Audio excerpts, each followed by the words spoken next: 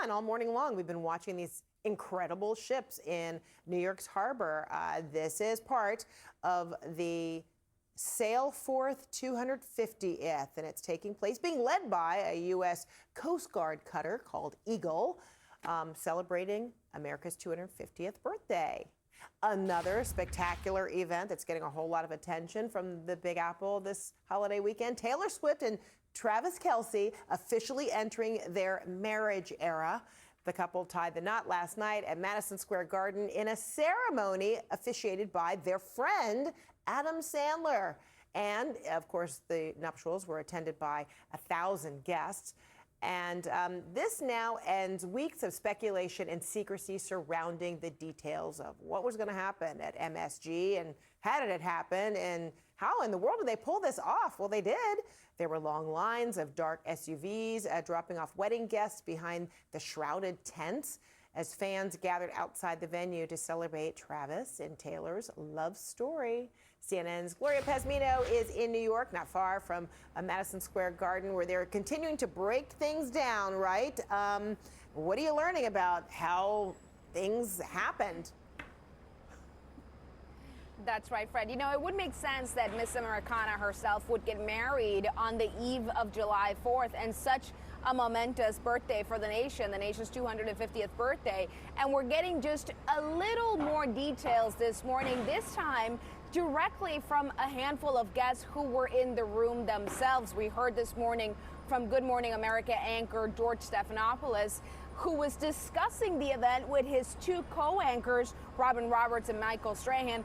They said that the ceremony was moving. They said it was deeply loving and funny, and they talked about how it felt intimate despite the scale of this venue and the star power that was inside of it. They said that it was like a garden inside the garden. We knew that that was one of the clues going in, that they were creating some sort of garden party atmosphere inside Madison Square Garden. Now, my invitation probably got lost in the mail. So for all of us that were out here as the wedding was happening inside, I want to show you how we found out that it had officially happened. The screens around Madison Square Garden flashed when the wedding was underway and when the couple was taking their vows yesterday. And I want to tell you a little bit more about what we do know about the wedding. We know that the bride and groom wore custom Christian Dior. The couple's friend, Adam Sandler, served as their officiant. They went ahead and did not have a traditional wedding party, but they had Swift's brother, Austin, as her man of honor, and Kelce's brother, Jason, as his best man. And of course, there was entertainment. Reportedly, Stevie Nicks was one of the performers last night.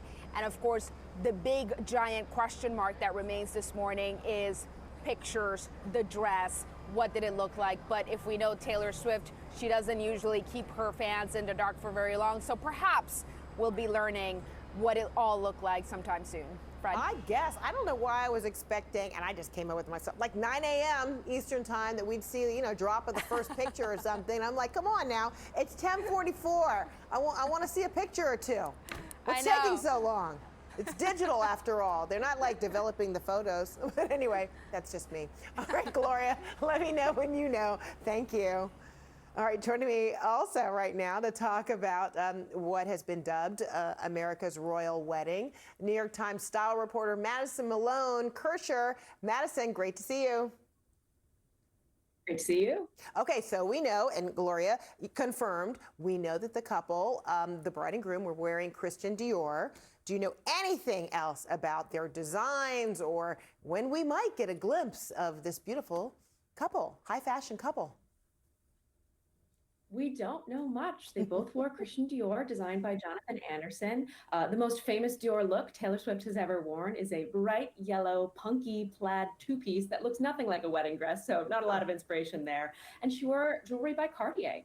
But this was a wedding kept very much under wraps to the very end, and as with many things in Swift's orbit, we will have to wait until she decides to tell us more.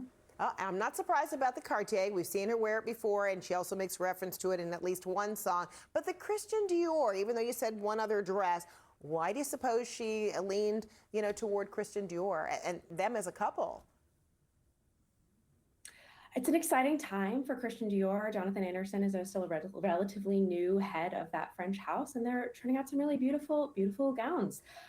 It was an exciting moment both for the designer and for the stars. I'm sure they had their pick of designers, and this was what they went with.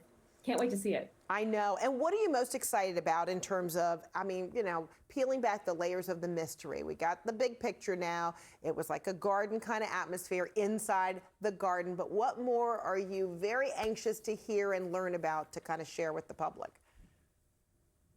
I would like those videos of Stevie Nicks singing immediately. Hello. That would be a great 4th of July for all of us.